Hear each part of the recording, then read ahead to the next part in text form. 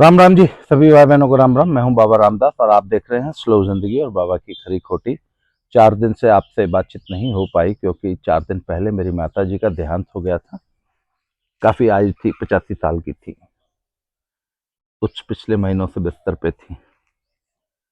बहुत ही लंबा जीवन जी के गई हैं। बहुत ही she lived a life of significance. बहुत अच्छा जीवन जिया उन्होंने। तो माता जी की अंत्येष्टि के बाद के सारे जो कार्यक्रम होते हैं वो चल रहे हैं। गांव आया हूँ, बहुत दिनों बाद इधर गांव आया हूँ और एसआईआर चल रहा है सब पूरे गांव में। और पूरा सोशल मीडिया में एक वर्ग विशेष, एक वर्ग, एक पार्टी पूरी जी जान से एसआईआर के विरोध में जुटी हुई है। 16 लोग मर गए, 17 हो गए अब तो कल। कोई कैसे मरा इससे कोई मतलब नहीं है, बस एसआईआर का विरोध करना है। तो अच्छा, आगे गांव में एसआईआर चल रहा है। हमारे गांव में करीब 860-70 कुल फॉर्म वितरित हुए हैं। तो सबका हो गया है ऑलमोस्ट। तो चूंकि हमारे घर में माहौल नहीं था माता जी के कारण, तो बीएलओ हमें फॉर्म दे गए थे 1 हफ्ता पहले, तो वो हमसे कलेक्ट करने नहीं आए। तो कल मैंने स्पेशली फोन करके उनको बुलाया। एक स्थानीय युवक है, अगल हमारे बगल के ही गांव के हैं, तो उनको मैंने बुलाया। तो उन्होंने बोला नहीं सर कोई इशू नहीं है, हम 1-2 दिन में कर लेंगे। मैंने कहा नहीं, अब हम लोग वी आर सेटल नाउ, तो आओ बैठ के कर लेते हैं। तो 10 या 12 फॉर्म भरने थे हमारे घर के, और शायद 10 मिनट नहीं लगे होंगे। तो मैंने उनसे पूछा, मैंने कहा कि ये भैया इतना बड़ा बवाल मचा है देश में कि अत्याचार हो रहा है बीएलओस पे। मैंने कहा तुम्हारे पर वो एकदम अच्छा लड़का जो आया एकदम रिलैक्स था। मैंने बोला ये कितना बड़ा काम है यार तुम्हारा, जो इतना बड़ा वितंडावाद मचा हुआ है पूरे देश में। बोले जी कुछ नहीं, आपके सामने देख लीजिए। तो हम 15 मिनट बैठे थे, उस 15 मिनट में उन्होंने 12 फॉर्म भर दिए। और उन्होंने क्या भरे, मैंने खुद भर दिया। उसमें कुछ करना ही नहीं है। जो फॉर्म है उसमें खाली आपको अपना नाम, आधार कार्ड नंबर, और यदि महिला है तो महिला के पिता का नाम, सिर्फ इतना देना है। अब आपके जो बच्चे हैं उनका नाम लिख देना है फॉर्म पे, बाकी वो बीएलओ खुद अपने आप मैपिंग कर लेगा। मेरे बच्चों का नाम 2003 वाली लिस्ट में नहीं है मतदाता सूची में, क्योंकि उन दिनों वो छोटे थे। बस हमारा नाम है पति पत्नी का। अच्छा, माता जी का ध्यान हुआ था तो उनका नाम कट गया, बाकी सब नाम हो गए। वो जाके अच्छा, मैंने पूछा मैंने उससे पूछा कि आज आपने कुल कितने फॉर्म कलेक्ट किए। कहते जी 150। उन्होंने पूछा कितने बाकी हैं, कहते होंगे 150-200। प्रतिदिन 100-150 फॉर्म कलेक्ट कर रहा है। उसके बाद उसको अपडेट करना होता है ऐप के ऊपर। तो मैंने पूछा अपडेट कैसे करोगे। बोला शाम को बैठूंगा, रात को 1 घंटे में सारे कर दूंगा। मैंने कहा घंटे में कितने कर देते हो। कहते 1-1.5 घंटे में, जैसा अवेलेबिलिटी ऑफ द नेटवर्क है। कहते 1.5-2 घंटे में मैं 200 जो अपडेट कर देता हूँ। ये काम है। इसको इतना बड़ा वितंडा बना रखा है। तो मैंने उससे पूछा कि कितना टेक्निकल काम है ये, कौन अच्छा कौन लोग नहीं कर पा रहे हैं। बोले जी जो एक तो अव्वल दर्जे के जो कामचोर है वो नहीं कर पा रहे हैं। क्यों? क्योंकि करना नहीं चाहते। क्यों नहीं कर पा रहे हैं? क्योंकि सीखना नहीं चाहते। उन्होंने हवा बना रखा है जानबूझ के। अच्छा, मैंने कहा यार मैंने तो ऐसा भी सुना है कि मास्टर लोग अपने भतीजों से, अपने बेटों से कापियां चेक करा लेते हैं। एग्जाम के बोर्ड की करा लेते थे एक जमाने में। तो मैंने कहा ये फॉर्म अगर मान लीजिए आपसे नहीं हो रहा है, मान लो तुमसे नहीं हो रहा है, तो तुम अपना कोई भाई भतीजा पकड़ लो जो 10वीं 12वीं बीए पास हो, गांव का कोई लड़का सिंपल, तुम्हारे साथ उसको बैठा लो। बहुत दिक्कत है तो 2 बैठा लो। 10 मिनट का काम है। एक गांव में मुश्किल से 200-300 घर होते हैं। तो कोई बड़ा काम नहीं है। और डेली का डेली अपना काम जो किया उसको अपडेट कर दो। अपने ऑफिसर्स को बता दो, हाँ जी काम चल रहा है, आज इतने फॉर्म जमा हुए, इतने ये हुए, इतने ये हुए। तो आखिर वो कौन लोग हैं जो इसको वितंडा बनाए हुए हैं? तो एक पॉलिटिकल पार्टी है समाजवादी पार्टी, उसके समर्थक, उसके कार्यकर्ता, उसके सबसे बड़े वाले लाल टोपी वाले नेताजी, उन्होंने इसको बहुत बड़ा इश्यू बना रखा है। तो मैंने एक बार मन में सोचा कि मैंने कहा एक बात बताओ यार, ये इश्यू बना के इनको हासिल क्या होगा? एसआईआर का इतना विरोध तुम कर रहे हो, इससे होगा क्या? एसआईआर रुक जाएगा? बिल्कुल नहीं रुकेगा। एसआईआर की डेट एक्सटेंड हो जाएगी? बोले जरूरत ही नहीं है डेट एक्सटेंड करने की, आप देख लीजिएगा 4 तारीख को जिस दिन निर्धारित तिथि है उस दिन ये इलेक्शन कमीशन की रिपोर्ट आएगी कि भैया 99 पॉइंट इतने % वर्क इज डन। तो ये कौन लोग हैं जो विरोध कर रहे हैं और क्यों कर रहे हैं? इसके पीछे इनका मंतव्य क्या है, प्लानिंग क्या है? देखिए, बिहार के रिजल्ट के बाद समाजवादी पार्टी की चूलें हिल गई हैं। बिहार ने जिस तरीके से वोट किया है उससे समाजवादी पार्टी घबरा गई है कि मुस्लिम और यादव वोट का जो पैटर्न बिहार में निकल में के आया है, अगर वही यूपी में भी हो गया तो बहुत खतरनाक स्थिति होने जा रही है समाजवादी पार्टी।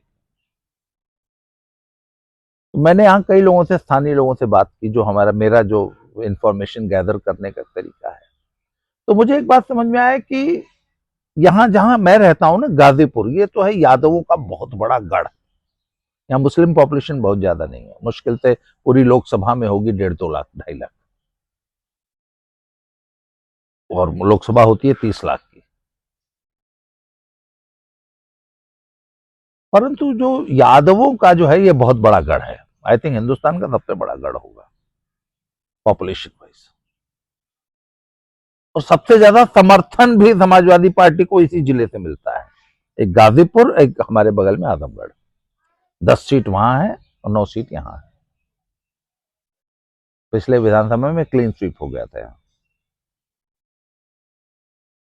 परंतु इस बार गाजीपुर आजमगढ़ के यादवों में तो बहुत ज्यादा ऐसी कोई खलबली नहीं है, परंतु बाकी पूरे उत्तर प्रदेश के यादव समुदाय में समाजवादी पार्टी के प्रति समर्थन घटा है। बहुत सारे फैक्टर्स हैं उसके। बिहार में जहां जहां बीजेपी ने यादवों को टिकट दिया और जेडीयू ने और बीजेपी ने, वहां उनकी सफलता का रेट बहुत हाई था। आरजेडी के ज्यादातर यादव कैंडिडेट हार गए, बीजेपी के ज्यादातर यादव कैंडिडेट जीत गए। इसका मतलब यादवों ने बीजेपी को वोट किया, यादव कैंडिडेट्स को।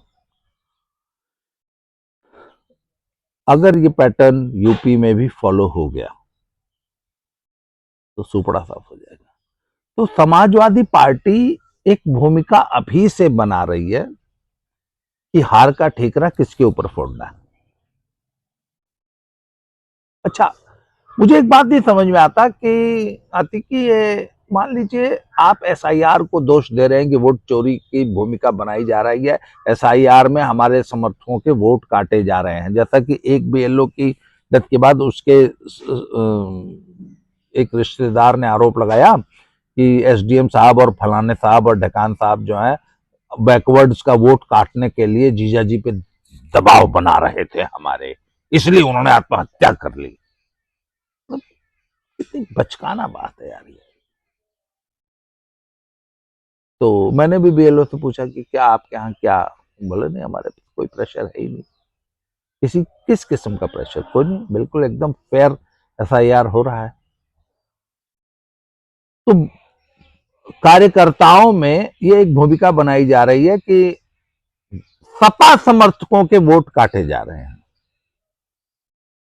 इससे सपा जो कार्यकर्ताओं का, समर्थकों का मोरल अप होगा या डाउन होगा, मुझे समझ में नहीं आ रहा। आखिर ये ऐसा वितंडा क्यों मचा रही है समाजवादी पार्टी या अखिलेश यादव? और इससे इनको क्या फायदा होने जा रहा है? क्यों? क्योंकि एफआईआर का काम तो एकदम निर्बाध रूप से फर्स्ट क्लास चल रहा है, बहुत बढ़िया रिजल्ट है, शानदार काम हो रहा है। आप देख लीजिएगा 4 दिसंबर की लास्ट डेट को एकदम फर्स्ट क्लास। और एक भी, मैंने गांव में पूछा, एक भी फर्जी वोटर नहीं बचा है गांव में, और एक भी ऐसे व्यक्ति का नाम नहीं कटा है। मैंने पूछा क्या रिपोर्ट है पूरे गांव में, कहते एक भी ऐसा व्यक्ति नहीं आके खड़ा होगा जो ये कह देगा कि हमारा नाम कट गया। प्रधानी में कटे, ग्राम प्रधान, अच्छा ग्राम प्रधानी की वोटर लिस्ट अलग बनती है। वो जो कल बीएलओ था वो बता रहा था कि मैं सिर्फ लोकसभा और विधानसभा का बीएलओ हूं, गांव प्रधानी का मैं नहीं हूं। गांव प्रधानी का वो फलाने रहना होगा, 1 महीना पहले उसका हो गया, वोटर लिस्ट बन चुकी। तो भैया समाजवादी पार्टी बैकफुट पे है, समाजवादी पार्टी बहुत घबराई हुई है, और समाजवादी पार्टी के बड़े लीडर्स का जो व्यवहार है वो अपने कार्यकर्ता को कंफ्यूज कर रहा है। और यादव मतदाता उत्तर प्रदेश में भ्रमित है। दूसरी एक चीज, उत्तर, भाई देखो मैं तो, हमारी तो जिंदगी बीती है ना यूपी में, इधर पिछले कुछ साल से पंजाब में रह रहे हैं, तो जब 3 4 6 महीने बाद आप वापस आते हैं यहाँ, तो आपको चेंज दिखाई देता है वाकई। अभी हम जब बिहार दौरे पे गए थे तब आए थे महापुर, वाराणसी 2 दिन रहे थे, और पूरा मतलब उत्तर प्रदेश में भी ठीक ठाक ट्रैवल किया था। सिर्फ 3 महीने बाद अब दोबारा आए हैं, मुझे इस 3 महीने में ही चेंज नजर आ रहा है। जहां चले जाइए आप वहां विकास कार्य, किसी भी सड़क पे, किसी भी गली में, कहीं भी चले जाओ उत्तर प्रदेश में, आपको कुछ कंस्ट्रक्शन वर्क सरकारी योजना अंतर्गत विकास कार्य होता हुआ दिखाई दे। पिछले 4 दिन से गांव में हूं, लाइट चली जाती है बीच बीच में कभी कभी, और पता नहीं लगता लाइट नहीं है। इतना शानदार बिजली का व्यवस्था हुई पड़ी है। सड़कों का तो कहना ही क्या है, हालांकि ग्रामीण सड़कें जो, जैसे मेरे घर के सामने से जो सड़क जाती है वो टूटी हुई है, क्योंकि वो पीडब्ल्यूडी की एक छोटी सी सड़क है, और जो मेन मेरे घर के बगल से एक मेन हाईवे निकला है, क्या शानदार सड़क बन रही है। वो सड़क जो एक जमाने में इतनी जर्जर थी कि आप सोच नहीं सकते, अखिलेश के जमाने में, आज वो सड़क ऐसी बन रही है कि आप आश्चर्य करेंगे। जबकि ग्रामीण सड़क, गंगा एक्सप्रेसवे मेरे घर से मात्र 4 किलोमीटर दूर से निकल रहा है। पूर्वांचल एक्सप्रेसवे आजमगढ़ वाला जो है, लखनऊ गाजीपुर वाला, वो मेरे घर से 40 किलोमीटर दूर से है। उसी को कनेक्ट करने के लिए ये एक 2 लेन एनएच बन रहा है। इतना विकास कार्य हो रहा है, और लोगों की जीवन शैली में, लोगों की लाइफस्टाइल में परिवर्तन दिखाई देता है। ये वही यूपी है 20 साल पहले वाला यूपी। तो भैया इस विकास कार्य का असर तो यादव समाज पे भी पड़ रहा है। यादव समुदाय भी तो देख रहा है कि नहीं, योगी जी के शासन काल में क्या हो गया, यूपी कहां से कहां आ गया, कितना डेवलप हो गया। और लॉ एंड ऑर्डर,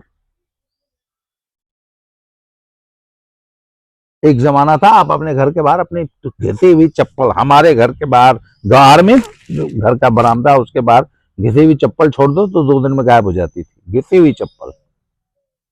आज आप अपना बैग रख दीजिए, कोई टच करने वाला नहीं है। जी हाँ, इतना सुधार है, लोग, ये मेंटेलिटी का सुधार है। चोरी चकारी बिल्कुल बंद हो चुकी है, क्योंकि चोरी चकारी की एक मानसिकता होती है। जब हर आदमी संपन्न है, हर आदमी को पैसे मिल रहे हैं, कोई कोई क्यों चोरी चकारी करेगा। तो इस चीज का असर तो भैया हर आदमी पे पड़ रहा है, तो यादव जी लोग पे पड़ रहा है। और जाति के समीकरण टूट रहे हैं। सिर्फ जाति देखकर वोट देने वाला जो वो एक सिंड्रोम था ना यूपी में, वो काफी हद तक टूटा। मैं ये नहीं कह रहा हूं कि सभी लोग जाति छोड़ देंगे, परंतु 10 से 15% लोग इस चुनाव में जाति से ऊपर उठ के यूपी में वोट करेंगे। पिछले साल की तुलना में 10 से 15% ज्यादा होगा, और वो पूरा का पूरा नुकसान समाजवादी पार्टी को होने जा रहा है। ये अखिलेश यादव ने सूंघ लिया है, इसलिए ठीकरा एसआईआर के सिर पे फोड़ने की तैयारी है, कि जिससे कि कार्यकर्ताओं का मनोबल न टूट जाए। इसलिए बलि का बकरा अभी से तैयार है। एसआईआर, ईसीआई, ज्ञानेश कुमार को गरियाते रहो, जबकि ज्ञानेश कुमार पे कोई फर्क नहीं पड़ रहा भैया, उनका एसआईआर चल रहा है और होगा, और बहुत शानदार होगा। तो ये है सब यूपी का माहौल, फर्स्ट क्लास एसआईआर चल रहा है। कोई किसी बीएलओ पे किसी किस्म का प्रेशर नहीं है, क्योंकि एसआईआर कोई काम ही नहीं। कल अखबार में छपा था कि एक गुरुजी हैं, प्राइमरी स्कूल के टीचर हैं, जब से एसआईआर चल रहा है एक दिन भी स्कूल से एब्सेंट नहीं हुए, एक दिन भी। मतलब सुबह आते हैं, बाकायदा सारा दिन क्लास लेते हैं। हमारे बगल के गांव में सरकारी मास्टर जी हैं, सारा दिन क्लास लेते हैं, शाम को 3 बजे एसआईआर का काम शुरू करते हैं गांव में, 3 बजे, और शाम 7 बजे घर चले जाते हैं, और उनका एसआईआर सबसे बढ़िया चल रहा है। तो भैया ऐसे भी लोग जो एफिशिएंट है उसके लिए कोई दिक्कत नहीं। बाकी समाजवादी पार्टी और उनके कार्यकर्ता, अच्छा, उनके कार्यकर्ताओं में भी सोशल मीडिया पे कौन लोग ज्यादा चिल्ला रहे हैं, एसआईआर को गाली देने वाले कौन लोग हैं? हरे बीएलओ पे अत्याचार हो गया, यादव जी लोग। आप देख लीजिए सोशल मीडिया पे, आप जितने भी कमेंटबाजी हो रही है, आप उन लोगों के नाम उठा के देख लीजिए, 90% यादव जी लोग हैं। करते रहो विरोध, ज्ञानेश कुमार पे कोई फर्क नहीं पड़ रहा, वो एसआईआर करा रहा, और ये एसआईआर ही इनकी हार का सबसे बड़ा कारण बनेगा, क्योंकि इनके फर्जी वोट ज्यादा कट रहे हैं। क्यों? क्योंकि फर्जी जो एब्सेंट मरे हुए लोगों को सबसे ज्यादा वोटिंग यही लोग करवाते थे। बीजेपी इसलिए कूल है। और एक बात और बताऊं आपको, बहुत जागरूक लोग हैं, 2-4 नाम छोड़ देंगे तो बाकी 99.99% लोगों ने, वो खुद चाहते हैं कि हमारा नाम तुरंत जोड़ा जाए, हमारे फलाने सदस्य का नाम जोड़ा जाए।